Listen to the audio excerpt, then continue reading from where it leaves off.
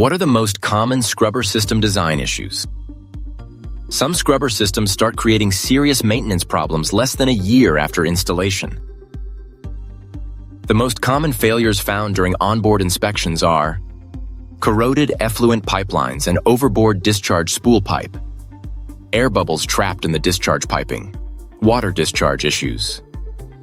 And most of these problems were already built into the system during design. Furthermore, it's important considering scrubber piping operates under aggressive conditions. Acidic condensate, chlorides, soot particles, continuous wet-dry cycling.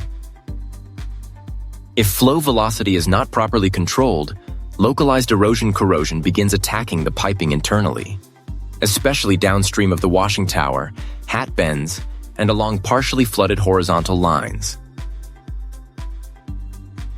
Another underestimated issue is thermal expansion. Large exhaust scrubber towers experience significant movement between the uptake structure and the connected pipes. If support flexibility and thermal expansion behavior are not accurately calculated, the resulting stress transfers directly into flanges, compensators, and pump nozzles. The consequences follow a clear progression. Overstressed joints begin leaking, and fatigue cracking develops over time. Many retrofit installations make the problem worse.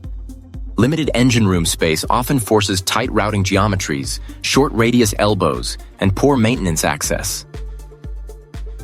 This must be carefully controlled, as it is fundamental to avoid stagnant pipe sections where acidic condensate accumulates, accelerating internal corrosion under deposit conditions. A well-designed scrubber system is not only about emissions compliance.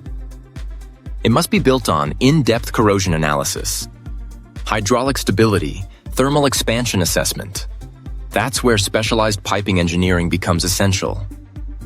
Flowazur Consulting, where complex systems are made to work @C. Flowazur.com